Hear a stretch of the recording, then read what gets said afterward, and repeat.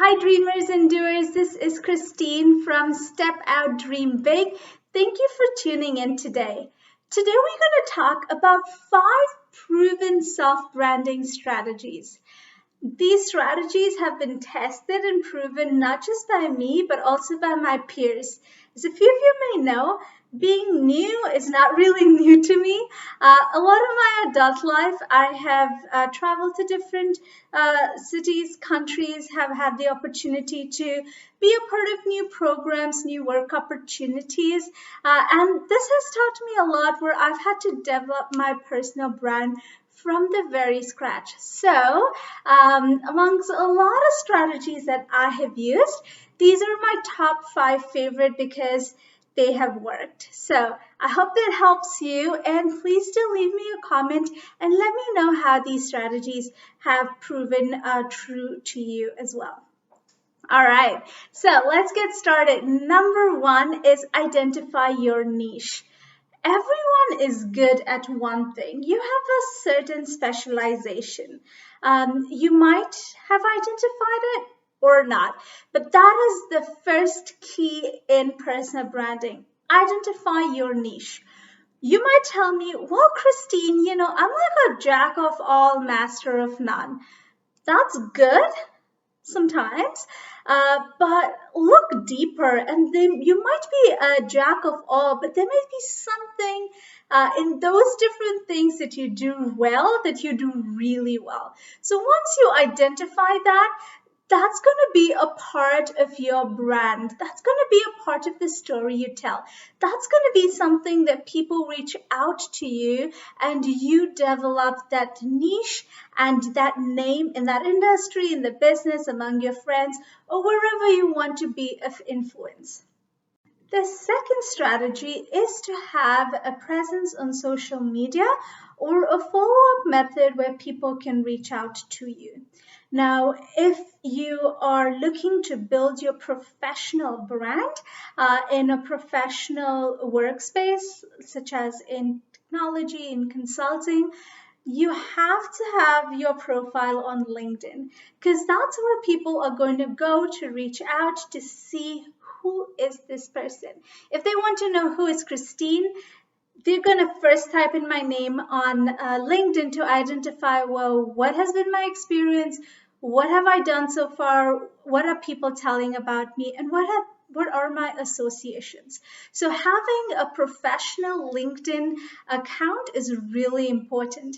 If you want me to share with you what are some strategies on having an effective and a professional LinkedIn account, drop me a comment and I will make that video for you as well. Because trust me, I learned I learned it the hard way, but it's a lot of fun. I think I have a pretty professional account right now.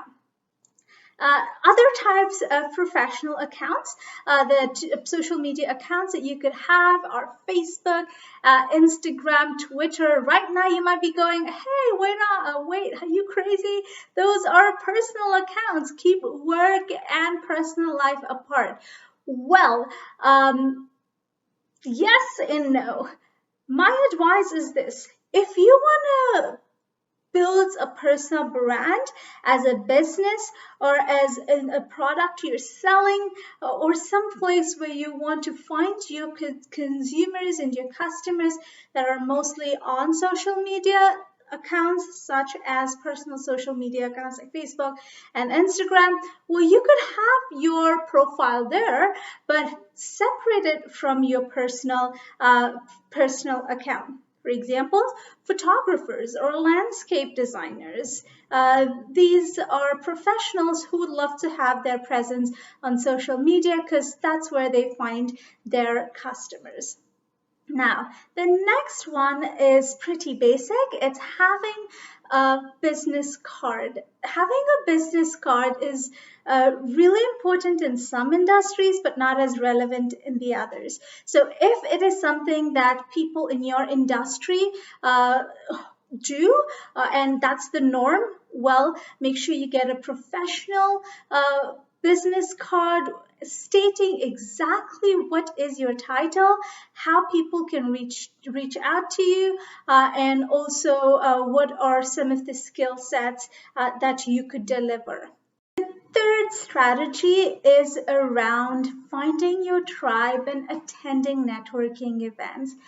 To be honest, this is my favorite part about personal branding, because once you've identified your niche, once you've built up your profile, this is the doing part of it, where you go out there and you put yourself out there in the public, and you really build your brand and be that person of influence and identify those people who can influence you as well.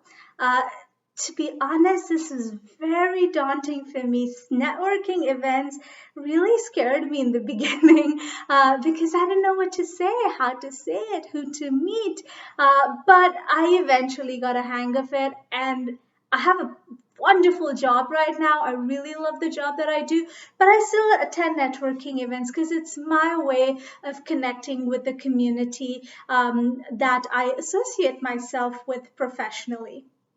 Now, when you are at these networking events, there are a lot of things that come into place, and I will make another video on how to navigate through networking events. But some of the key things I would like to share with you are, firstly, have a story to tell, because this is going to be your platform to really introduce yourself to the rest of the world. And this may sound cliche, but things are always better when done together. So I have that story, have that elevator pitch ready, and personalize it to the people who you are talking to, or the event that you go to.